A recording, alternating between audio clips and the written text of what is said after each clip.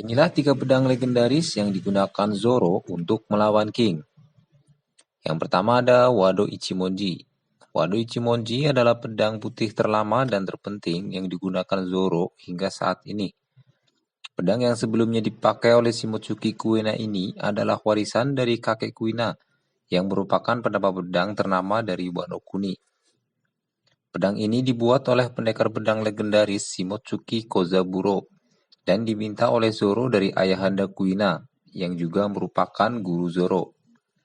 Karena dibuat oleh pendekar pedang ternama dan legendaris, tentunya pedang ini sudah tidak diragukan lagi kehebatannya. Pada episode 24, saat Santuryu Zoro melawan pedang Yoru milik Mihawk, 2 pedang Zoro pun terpotong. Namun, Wado Ichimonji mampu bertahan bahkan hingga saat ini. Pedang yang kedua adalah Sandai Kitetsu. Sandai Kitetsu merupakan pedang hasil karya dari Tengguyama Itetsu yang juga berasal dari negeri Wano. Saking ganasnya, Sandai Kitetsu ini sampai dijuluki pedang terkutuk.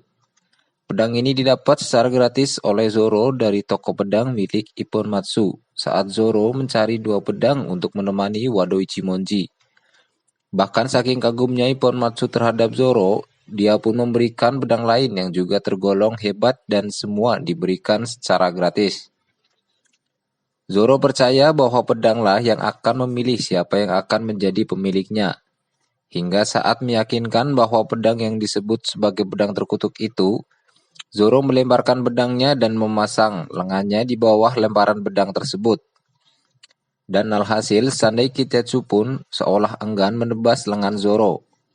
Hingga saat di negeri samurai, pedang ini masih digunakan untuk bertempur melawan King, yang merupakan All-Star bajak laut binatang buas yang dipimpin oleh Yonko Kaido.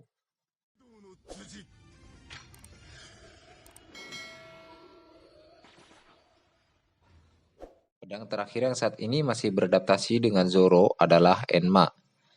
Katana terakhir yang digunakan Zoro merupakan katana yang sebelumnya dipakai oleh Kozuki Oden. Seperti Wado Ichimonji, Enma juga adalah hasil karya dari Shimotsuki Kozaburo.